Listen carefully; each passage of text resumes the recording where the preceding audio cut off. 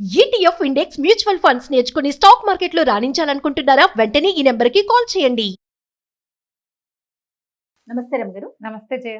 రెగ్యులర్గా మనం వినే విషయమే భార్యాభర్తల మధ్య మనస్పర్ధలు, గొడవలు, విడిపోవటం. వీటిని సర్దుకుందాం, అడ్జస్ట్ అవుదాం అనే మెంటాలిటీ లేకపోవటం వల్ల విడిపోవడం అనే దాకా వెళ్ళిపోతున్నారేమో అనిపిస్తూ ఉంటుంది. ఇది ఎంతవరకు అలవర్చుకోవాలి? అంటే నాకేమనిపిస్తుంది అంటే, పెళ్ళికి ముందే ఈ మనస్తత్వం ఉంటే, వాళ్ళకి బై బర్త్ ఇలాంటి నేచర్ ఉందనుకోండి, సర్దుకుపోయే తత్వం, లేకపోతే పెళ్ళైనా అంతే కదా. సో చిన్నప్పటి నుంచే ఆ సర్దుకుపోయే తత్వం, అడ్జస్ట్ అవ్వటం, కొంత టైం ఇవ్వటం, వెంటనే ఏదైనా ఇష్యూ అయితే అడిగేసి కడిగేసి పారేసి కన్నా కాస్త టైం తీసుకోవటం, ఇలాంటివి చేస్తే ఆఫ్టర్ మ్యారేజ్ ఏమన్నా చిన్న చితక ఇష్యూస్ వచ్చినా అడ్జస్ట్మెంట్ ఉంటుందేమో అని అనిపిస్తూ ఉంటుంది. మీరేమంటారు? దాన్ని దీన్ని కలపకూడదేమో జయ. ఆ, నీకు విషయాలకి జనరల్గా అడ్జస్ట్మెంట్లు వేరు, మ్యారిటల్ లైఫ్లో అడ్జస్ట్మెంట్స్ వేరు. వేరే రమ్ గారు. వేరే. ఎందుకంటే మ్యారిటల్ లైఫ్లో ఓన్లీ అడ్జస్ట్మెంటే కాదు, కొంత ప్లెజరు, సంతోషము, కలిసి ఉండటము ఉంటాయి కదా. అవతల వాళ్ళ తాలూకు డబ్బు, దశకము, వాళ్ళ సెటిల్మెంటు, వాళ్ళ మంచితనం, లేదా వాళ్ళ తాలూకు వీళ్ళ మీద ఉన్న డిపెండెన్సీ, వీటిని బట్టి అంత తెగిపోదేమో అనిపిస్తుంది. ఇప్పుడు ఎలా ఉందంటే, ఈ కాలంలోనే కొంచెం లేట్ మ్యారేజెస్ ఒకటి, లేదా పెళ్ళిళ్ళల్లో కొంచెం పెద్దవాళ్ళు నచ్చజెప్పి చేసే పెళ్ళిళ్ళు, వీళ్ళు చేసుకునే పెళ్ళిళ్ళల్లో కూడా వస్తుంది, మనమే చేసేసుకునే వాటిలో కూడా. ఇక అవతల వాడు మారడు అని డిసైడ్ అయిపోతారు. మారడానికి అవతల వాళ్ళకి అవకాశం ఇవ్వట్లేదు.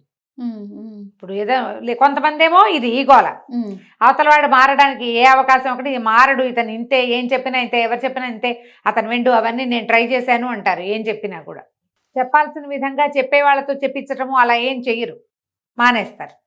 ఇంకొంతమంది ఏమో ఇంకా లైఫ్ లాంగ్ ఇలాగే పడాలా, నా వల్ల కాదు అని తెంపేసుకునే వాళ్ళు ఇంకొంతమంది. ఇంకో చోట ఎట్లా ఉంటుంది, ఇద్దరు కదా కొట్టుకునేది, ఒకళ్ళు ఎవరితోటైనా మాట్లాడడానికి కూర్చోడానికి ఇష్టపడతారు, రెండో వాళ్ళు చచ్చినా మాట్లాడడానికి కానీ కూర్చోడానికి కానీ ఇష్టపడరు. అంటే కంప్లైంట్లే చెప్పి, ఇష్యూ వచ్చినప్పుడు థర్డ్ పర్సన్ అంటున్నారా? కంప్లైంట్లే చెప్పి నేను వీడితో ఉండను, లేదా నేను దీంతో ఉండను అని తేల్చేస్తారు. పెళ్ళి ఎప్పుడు కూడా జూదమే చేయ. అది ఓను బ్లడ్ రిలేషన్లో పెళ్ళిళ్ళు చేసుకున్న, మేనమామని చేసుకునేటప్పుడు, మేనమామ కొడుకుని చేసుకునేటప్పుడు, చిన్నమ్మమ్మ కొడుకుని చేసుకున్నా, వదిన తమ్ముడినో అన్నయ్యనో చేసుకున్నా కూడా ప్రాబ్లమే, జూదమే. ఎందుకంటే సరే ఇదైనా తర్వాత లవ్ మ్యారేజెస్, స్కూల్ అప్పటి నుంచి ఫ్రెండ్స్, కాలేజీల్లో అయిపోయాక ఉద్యోగాలు వచ్చాక చేసుకుంటారు. ఇది వీళ్ళకి ఒకళ్ళ గురించి ఒకళ్ళకి తెలియడానికి ఎంత ఎక్కువ అవకాశం ఉంది. అయినా సరే కొలీగ్స్ ప్రేమించి పెళ్లి చేసుకుంటారు, ఎక్కడో దారే ఫ్రెండ్స్ అట్లా ఏదైనా పెళ్ళిళ్ళల్లో కలిసి అక్కడ ఇక్కడ పెళ్ళిళ్ళు చేసుకుంటారు. ఇది కాకుండా పెద్దవాళ్ళు చక్కగా నచ్చజెప్పి, చక్కగా పెళ్లి చూపులు చూపించి, 5-6 ఆడపిల్లలను చూపించి, వీళ్ళు కూడా 6-7 మగపిల్లలను చూసి, అమ్మాయిలు ఒకటితో కాసేపు మాట్లాడి, ఓహో వీడికి మనకి ఏదో సెట్ అవుతుంది అని ఆలోచించి చేసుకునే పెళ్ళిళ్ళు కూడా, ఈ ఇన్ని రకాల పెళ్ళిళ్ళు కూడా గ్యాంబ్లింగే. ఎందుకంటే ఎప్పుడు కూడా మనం కలిసి ఉంటేనే కానీ అవతల వాళ్ళ పూర్తి స్వారస్యం మనకి తెలీదు. నెంబర్ 1, కలిసి ఉంటే కానీ అవతల వాళ్ళ ఇంటాలరెన్స్, భరించలేనితనము, అసహనము ఏమిటి అనేది కలిసి ఉంటే కానీ తెలీదు. మనం పూర్తిగా వాళ్ళకి ఓన్ అయిపోతేనే కానీ వాళ్ళలో ఓనర్షిప్ క్వాలిటీస్ ఎట్లా ఉంటాయి అనేది అప్పటిదాకా మనకు తెలియదు. కొంతమంది కాచి కాపాడాలని చూస్తారు, మనకి ఇష్టం ఉన్నా లేకపోయినా, నా సంగతి నేను చూసుకోగలను అని మనం మొత్తుకున్నా సరే వాళ్ళు వినరు. ఈ బొమ్మ నాది ఇలాంటి భావాల్లో ఉంటారు. ఎవరితో మాట్లాడకూడదు, ఎక్కడికి వెళ్ళకూడదు, అమ్మా నాన్నలకి ఇంపార్టెన్స్ ఇవ్వకూడదు, అంతా నాకే ఇవ్వాలని ఆడ అనుకోవచ్చు, మొగ అనుకోవచ్చు. ఇక్కడ ఫ్రిక్షన్స్ మొదలవుతాయి. ఓకే. దీంతో పాటు ఫ్యామిలీ సెంటర్ అవుతాయి. ఏ పెళ్లిలో అయినా ఫ్యామిలీ ఇన్ఎవిటబుల్ కదా, దాని పక్క పెట్టలేం ఉంటుంది. ఎక్కడో మరి ఇల్లు వదిలి వెళ్ళిపోయే వాళ్ళు, ఏ ఫారిన్ కంట్రీసో పారిపోయిన వాళ్ళకి ఫ్యామిలీలు ఉండవు, కానీ తక్కువ. మనం ఏ కథ విన్నా ఫ్యామిలీ వెనకాల ఉంటుంది ఎంతో కొంత, వాళ్ళదో వీళ్ళదో. ఒక్కోసారి వీళ్ళది డామినేటింగ్, ఒక్కోసారి వాళ్ళది డామినేటింగ్, ఒక్కోసారి వాళ్ళిద్దరు కొట్టుకుని వీళ్ళకి తగాదాలు పెడతారు. ఈ మొత్తం సినారియోలో ఇప్పుడు చూడు, ఇది 2 వేరు పర్సన్సే కదా వీళ్ళిద్దరు. అవునా? పెళ్ళి అంటే ఇద్దరు వేరు వ్యక్తుల, వేరు సమాజాల, వేరు కల్చర్ల కలయిక. అవును. ఇది ఇలాగే ఉంటుంది అని అడ్జస్ట్ అయితే అడ్జస్ట్మెంట్ కుదురుతుంది. ఓకే. దీనికి లొంగి ఉండాల్సిందేననే భావజాలం పురాతనమైంది, పాతకాలపు భావజాలం. పెళ్ళైపోయింది కదా ఇంకేం చేస్తాం అనుకునే వాళ్ళు అడ్జస్ట్ అవుతారు. ఇప్పుడు ఆ సమాజం లేదు. లేదు. ఇప్పుడు అది లేదు. ఇప్పుడు మనం ఎవరితోట మనకు ప్రాబ్లం, ఒక భార్య భర్త, సింపుల్గా ఏ బి తీసుకుందాం. ఏ కేసు వేరు, బి కేసు వేరు. ఏ కేసులో అమ్మాయి అన్ని దాని ఇష్టారాజ్యమే, అంతా దాని ఇష్టమే, ప్రతిదీ నాకు నేను అనుకున్నదే చేయాలి, నాకు నచ్చినట్టే చేయాలి. ఒక చిన్న తేడా చేసినా తను ఏ పని చేయదు, ఎవరికి ఏం చేయదు. వాళ్ళు ఏదైనా ఎంత తేడా చేయగానే వాళ్ళు తేడా చేశారంటుంది. మధ్యలో వీళ్ళకి కాంజుగల్ లైఫ్ ఏదో సరిగ్గా ఉండదు. వీళ్ళిద్దరూ కలిసి ఓ డాక్టర్ దగ్గరికి వెళ్ళాలో, ఓ సైకాలజిస్ట్ దగ్గరికి వెళ్ళాలో, అది వెళ్దామంటుంది, వీడు రాడు. అమ్మాయికి మానసిక సమస్య, అబ్బాయికి శారీరక సమస్య. వీళ్ళు మాట్లాడుకుని 2 చోట్లకి వెళ్ళి దీన్ని సర్దుకుంటే పెళ్ళి సర్దుబాటు అవుతుంది. ఎవరో ఒకళ్ళే సర్దుకుని వెళ్తాము, రెండో వాళ్ళు వెళ్ళము అంటే ఈ పెళ్లి సక్సెస్ కాదు. ఇది ఆత్మహత్యలకు కానీ విడాకులకు కానీ దారితీస్తుంది. ఓకే. ఇది ఏ రకం పెళ్ళి. బి రకం పెళ్ళిళ్ళు ఇప్పుడు సస్టైనబుల్గా నడుస్తున్న పెళ్ళిళ్ళు. వీళ్ళకి ఇద్దరికీ సమస్యలు ఉంటాయి, శారీరక మానసిక సమస్యలు, ఫ్యామిలీ ఇష్యూస్ కూడా ఉంటాయి. కొట్టుకుంటూ ఉంటారు కానీ కలిసే ఉంటారు, కలిసే తమ సమాజాన్ని ముందుకు నడిపిస్తూ ఉంటారు. అది హెల్దీయా అని మొన్న ఒకళ్ళు అడిగారు నన్ను. అది హెల్దీయేనా?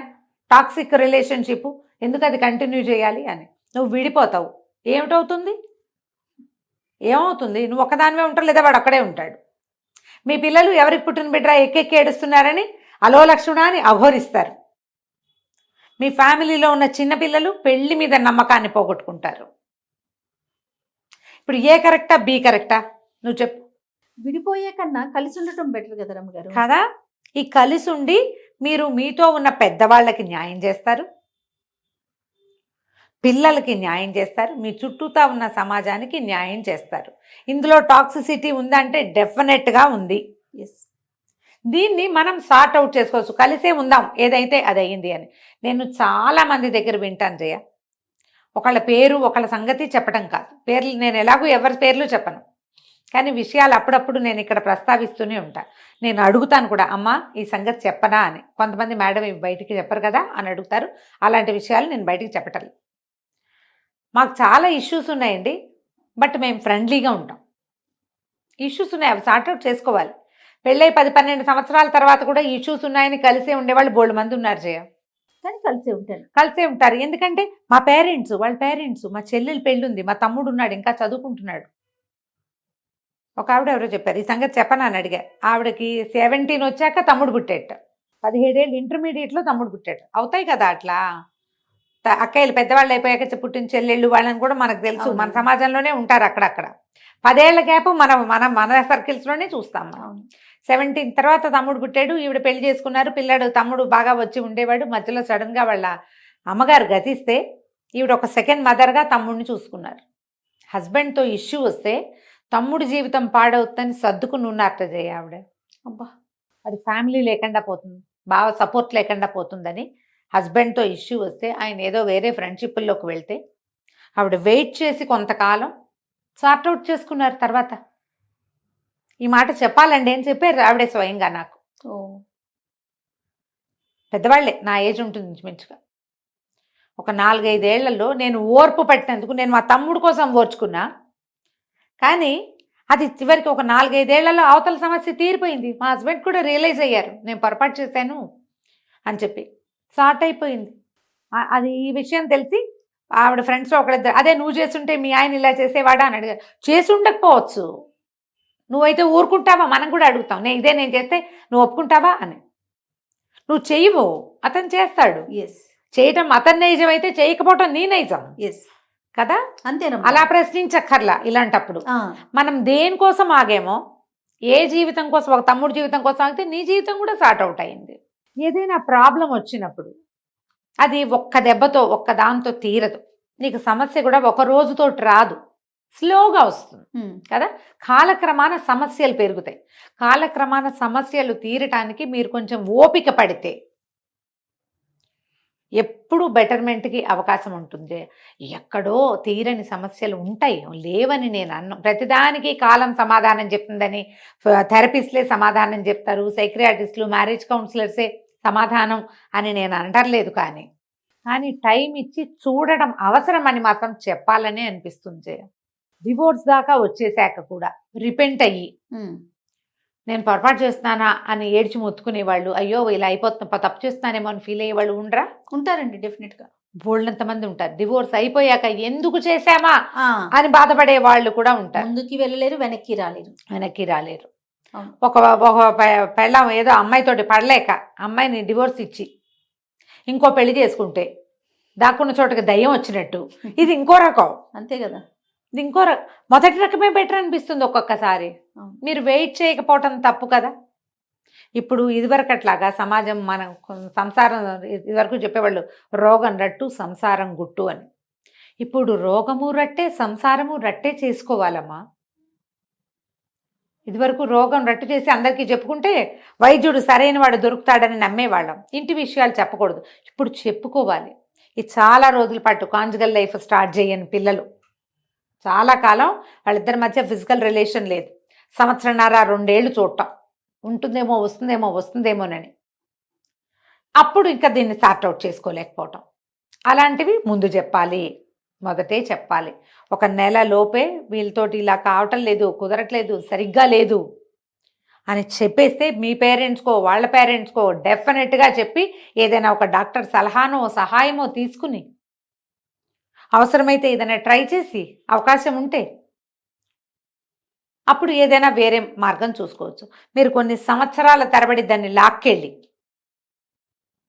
అప్పుడు డివోర్స్ అంటే కుదరకపోవచ్చు, చేయలేకపోతారు, అప్పుడు కష్టం అవుతుంది. ఇంకా చాలా ఇష్యూ. ఇంత లోపల ఏం చేస్తారు తెలుసా?